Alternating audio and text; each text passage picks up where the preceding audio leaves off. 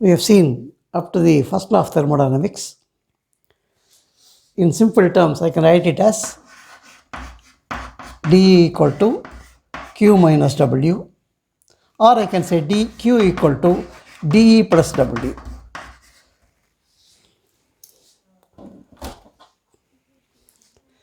Where Q is the heat absorbed, D is the change in internal energy, and W is the work done. Or I can say, when heat is absorbed by a system, a part of it is converted into work, the remaining increases the internal energy. This is the first law, information given by first law. And we know that for a isothermal process, dE is equal to 0. So Q equal to W. All the heat supplied is converted into work. For an adiabatic process, Q equal to 0. So dE equal to minus W, or W equal to minus dE. Without supplying heat, if a system is permitted to do work, it will consume its own internal energy so that the internal energy will decrease. That's the information given by the first law of thermodynamics. Now, our interest is, for a chemist, the interest is whether a reaction can take place or not under specific condition. That information is not given by the first law. So we can say first law is inadequate in that respect. It simply says that when heat is applied, a part is converted to work, the remaining changes the internal energy, nothing else. Say for example,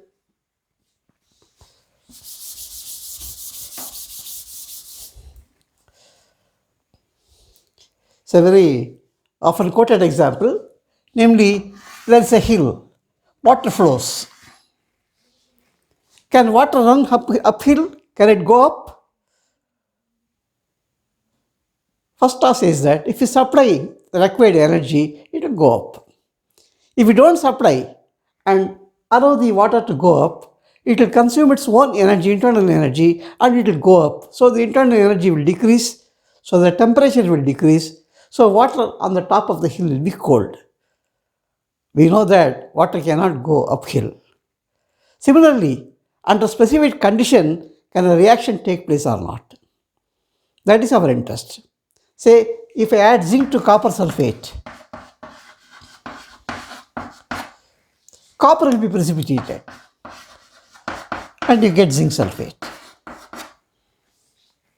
If I reverse the process, take zinc sulfate, put copper into that, will I get zinc precipitated? So the answer is not given by the first law. So first law is inadequate. We need one more law which should talk about the spontaneity of a reaction. We should talk about whether a particular reaction can take place or not under specific conditions, or will it be in equilibrium. So finding out the condition for spontaneity and equilibrium is the main aim of the second law of thermodynamics. Okay, basically what it says is that all spontaneous processes are irreversible. The reaction which can take place in one direction spontaneously cannot take place spontaneously in the opposite direction. This is the basic information given by the second law of thermodynamics. Or I can even say all spontaneous processes are irreversible in nature. This is the most important statement of the second law of thermodynamics. All spontaneous processes are irreversible in nature.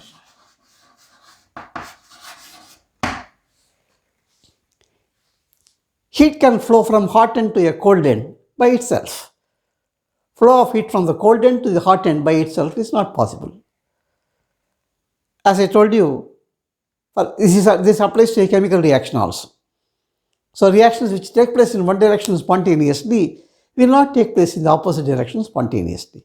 That's the condition for spontaneity. So this is the information given by the second law of thermodynamics.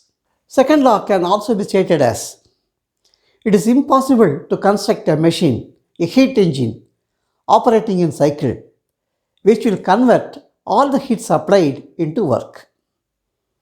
What is the meaning of this operating in cycles? Nothing should happen to the engine. At the end of the process, the engine should be back to the original position. That is what is meant by operating in cycle. So, no engine can convert all the heat supplied into work. Immediately a question may arise to us. Namely, for an isothermal process, just now we have said Q equal to W plus dE. For isothermal process, dE equal to 0. So, is not Q equal to W. The heat supplied is converted into work. Is it not true? Well, the answer is this. Namely, suppose a gas expands from a volume V1 to volume V2. The temperature is constant. Pressure decreases from P1 to P2. So can all let the process be an isothermal process? So will not all the heat supplied be converted to work? Yes, it may be converted to work, but the engine will not be in the original position. Say, suppose this is a gas fitted with a piston, a frictionless piston in a cylinder. The gas, I supply heat, the process is isothermal, all the heat is converted into work, so that the piston will be here now. It is not in the original position. That means it is not in cycles. Operating in cycles mean I said the system should be in the original position. So if you want to bring it to the original position, you have to do some work. So that work has to be subtracted from the work done by this machine. So it will be always less. So that's the information given by the second law of thermodynamics. Namely, it is not possible to construct a heat engine which will convert all the heat supplied into work without undergoing any change to itself. That's the information given by the second law of thermodynamics. Well, before proceeding further,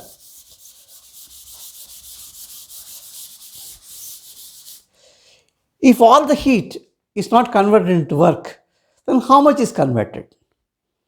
So that should be mentioned in terms of what is called efficiency. Efficiency is equal to work done by heat absorbed. This is called efficiency.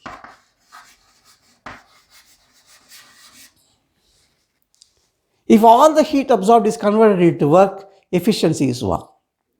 That is not possible. That's the information given by second law. So I can even say no engine operating in cycle can have an efficiency of 1.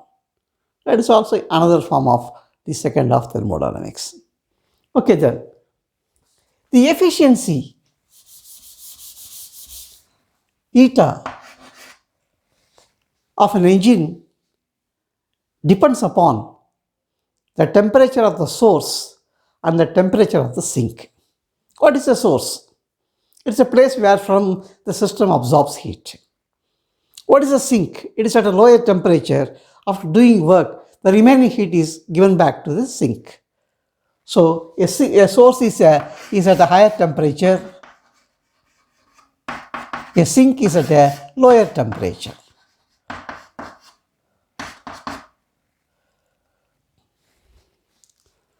Now, there is a theorem called Carnot Theorem.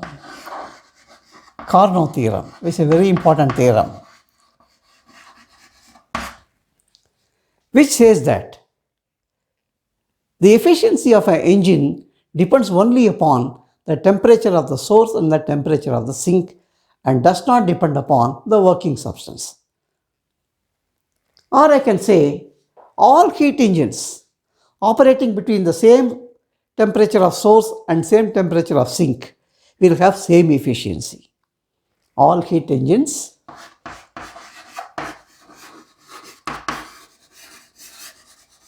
operating between same source and same sink have the same efficiency. This is the information given by the Carnot Theorem.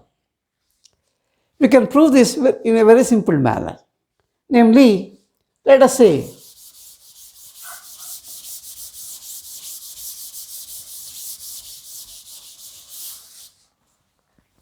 I have a source at temperature T2. The system absorbs a heat of Q2 from this. If it is absorption, I indicate by a positive side. If it is emission, I indicate by a negative side. And it does work. The system does work of W. And the remaining heat is given out to the sink. To the sink it is given out. How much is given out? Let us say it gives out Q1.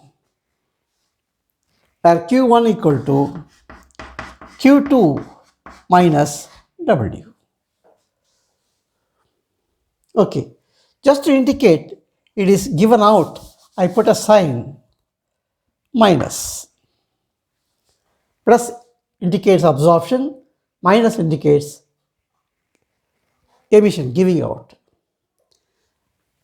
Let me say I have one more engine which also operates between the same source and same sink.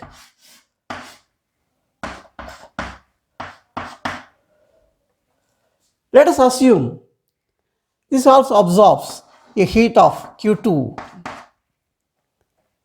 but does a different work of W prime. That's not possible, I said. If the temperature of the source are same, temperature of the sink are same, the efficiency should also be same. The work done is also same. Let us assume that it has got a different efficiency. So work done is W prime and heat given out is Q1 prime. Q1 prime. Let me combine these two engines together so that engine 1 operates in one direction and engine 2 operates in the opposite direction. Namely, it takes Q2, does a work of W and gives out a heat of Q1. This working in the opposite direction. It absorbs the heat of Q1 prime. Work is done on this and gives out a heat of Q2. I have combined both these engines together. And let me take the account of it. What happens at T2 and what happens at T1, all such information, let me calculate. At T2, this absorbs a heat of Q2, this gives out a heat of Q2, so there is no heat change at T2. At T1, what happens is this absorbs a heat of Q1 prime and this gives out a heat of Q1. So the net heat change is Q1 prime minus Q. Let me find out what is Q1 prime, what is Q and substitute and calculate. I know that Q1 prime is equal to Q2 minus W prime. Q1 equal to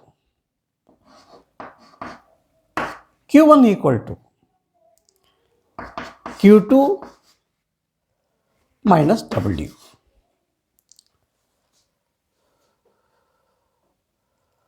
Okay. So let me find out what is Q1 prime minus Q1.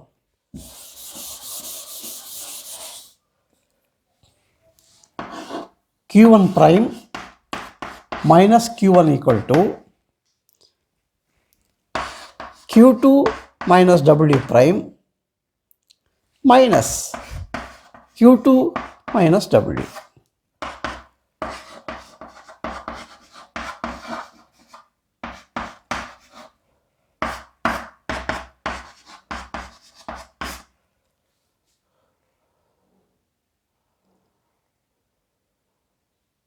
So at T1, the net heat absorbed is equal to the net work done, which is contrary to the second law. That is not possible. Therefore, both the engines should have the same efficiency. One cannot have a different efficiency. If it has a different efficiency, all the heat absorbed is converted into work, which is not possible. So that's the information given by the Carnot theorem.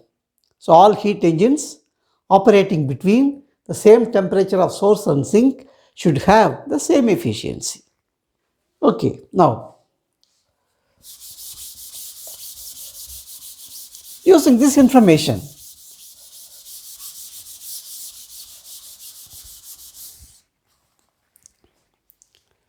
we will perform an operation and find out what is the net efficiency and what are the factors on which the efficiency depends upon. For this, we are going to use a cycle called the Carnot cycle. It is nothing but a cycle of operation. The system will come back to the original position after the end of this operation. So let me use an indicator diagram. So say this is pressure and this is volume. Originally, the pressure is PA and the volume is VA. I allow an isothermal expansion to take place at a temperature of T2. So isothermal means the temperature will remain constant. Expansion, so the volume will increase. So this is the increase, the pressure automatically will decrease. So this is the first operation. The temperature remains as T2. Volume from VA, it becomes VB. Pressure from PA has become PB. So let me call it as A and this is B. So pressure has decreased, volume has increased, the temperature remains the same. Let me find out what is the work done in this process.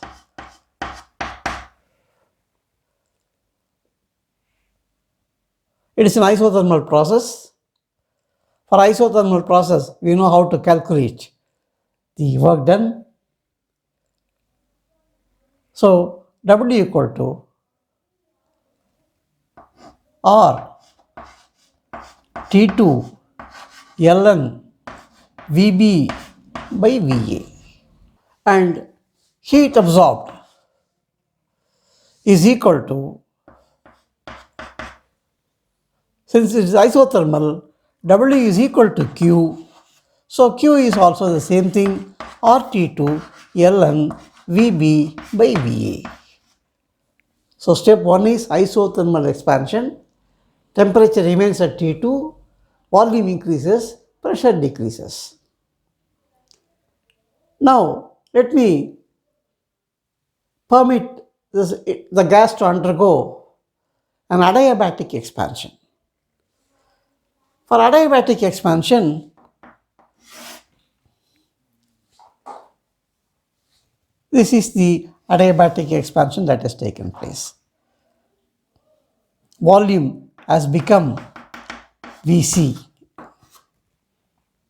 Pressure has become Pc. The temperature has decreased because without supplying heat, when you ask the system to do work, it will take its own energy and do the work, so the energy will decrease, so the temperature will decrease. Let us say the final temperature now is T1 now. The temperature is T1. Let me calculate the work done in the second process. For an adiabatic process, I know that I use first law, Q equal to W plus dE, Q equal to 0, so W equal to minus dE. I know dE equal to Cv into dt, so minus Cv into T1 minus Tt, T1, T2. Final temperature is T1 and initial temperature is C2. Or I can say it is Cv into T2 minus T1. This is the work done in this process and heat absorbed is 0. So in the process 2, I will write the work done is Cv into T2 minus T1 and Q equal to 0. This is the second step. I am going to do a cycle of operation. The system should come back to the original position. So next I permit a isothermal compression. Compression means volume will decrease, pressure will increase. I said isothermal, so temperature will remain the same. I indicate it in a diagram like this. First it goes like this, it goes like this, it comes like this. Let us say the volume has decreased. Let me say the volume is Vd and the pressure is Pd and the temperature, it is isothermal, the temperature is T1. So I will write for the third process W3 equal to RT1 ln Vd by Vc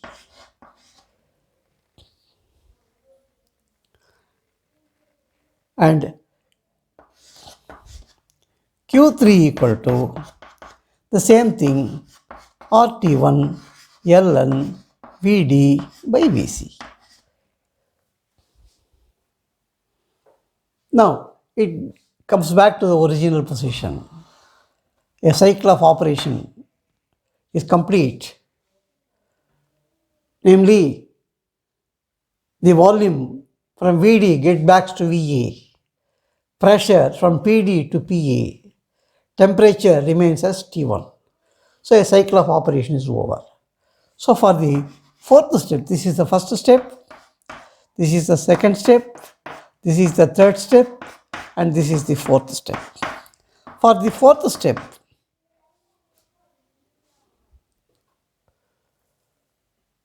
which is an adiabatic compression. So W equal to minus Cv into dt. Final temperature is T2, initial temperature is C1. Or I can say Cv into T1 minus T2. Or let us calculate the total work done and the total heat absorbed and thus calculate the efficiency of the Carnot cycle. In step 1, this is step 1, this is 2, this is 3 and this is 4. And W1 is an isothermal expansion.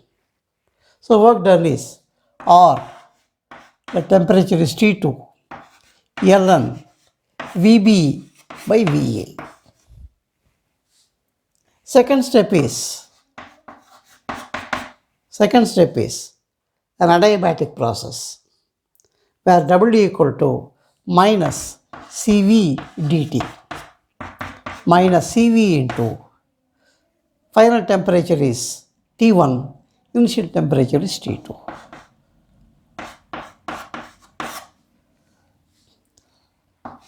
And W3 is an isothermal compression.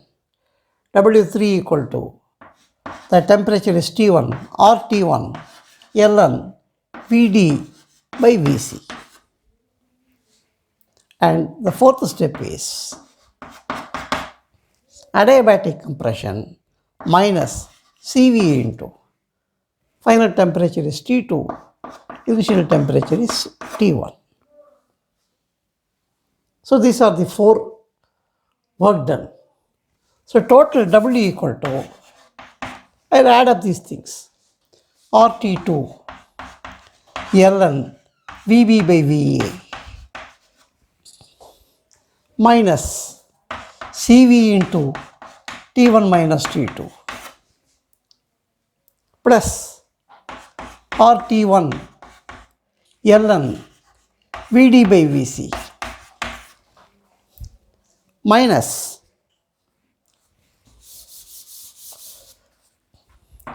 CV into T2 minus T1, or I can write it as plus T1 minus T2.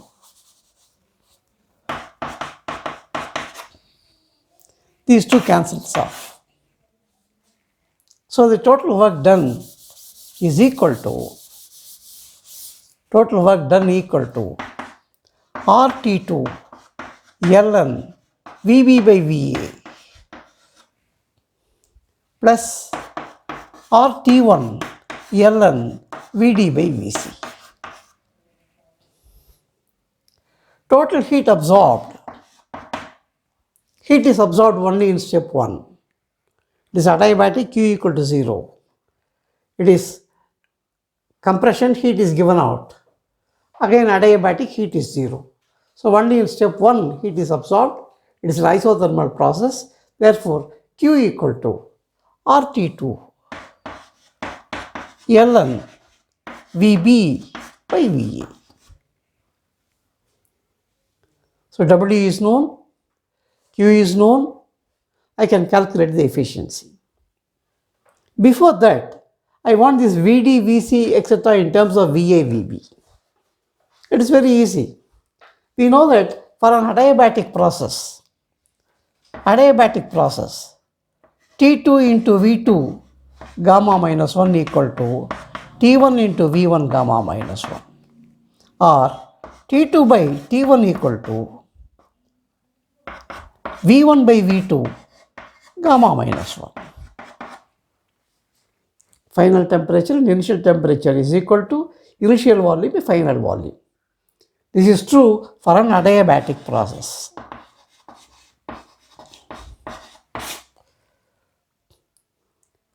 Step 2 is an adiabatic process. So I can apply this equation. Final temperature by initial temperature. Final temperature is T1, initial temperature is T2, is equal to initial volume by final volume. Initial volume is VB and final volume is VC power gamma minus 1. Another adiabatic process is this. Fourth step is an adiabatic process. I will apply this equation here also. Final temperature by initial temperature. T2 by T1. Initial volume by final volume. VD by VA power gamma minus 1. Or I can write it as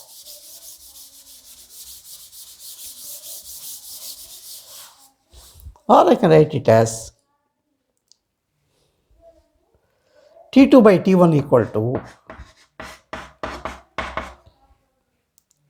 Vc by Vb power gamma minus 1. I just inverted it. So both are T2 by T1. So these two should be equal. Namely, Vc by Vb power gamma minus 1 should be equal to Vd by Va power gamma minus 1. Or I can simply say Vc by Vb equal to Vd by Va. I want Vd by Vc in terms of Vb by Va. So I can rearrange Vd by Vc equal to Va by Vb. I brought this here and taken that here. So where Vd by Vc is there, I can substitute Va by Vb.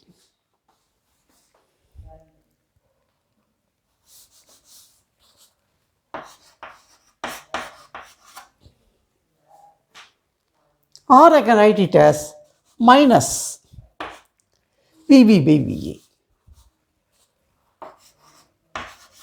So this is the work done and this is the heat absorbed. So let me calculate the efficiency now. Efficiency eta equal to work done by heat absorbed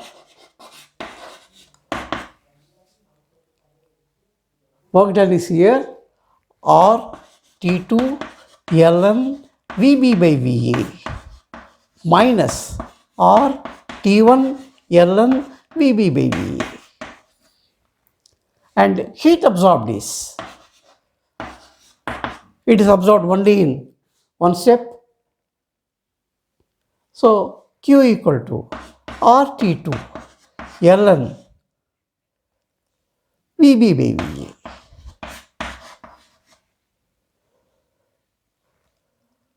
So let me calculate efficiency now.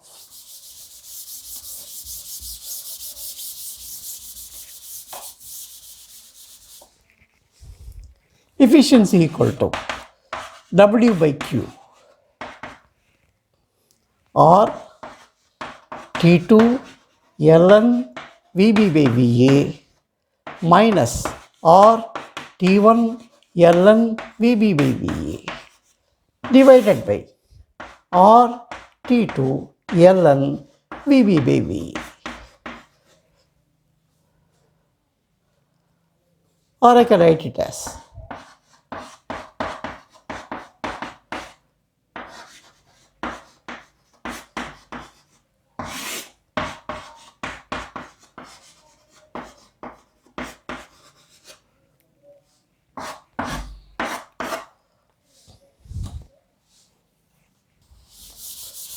so the efficiency eta equal to T2 minus T1 by T2.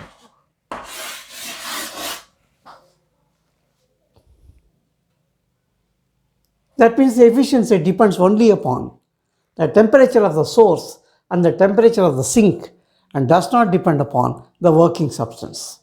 So this is the information given by the Carnot cycle. We will continue in the next lecture.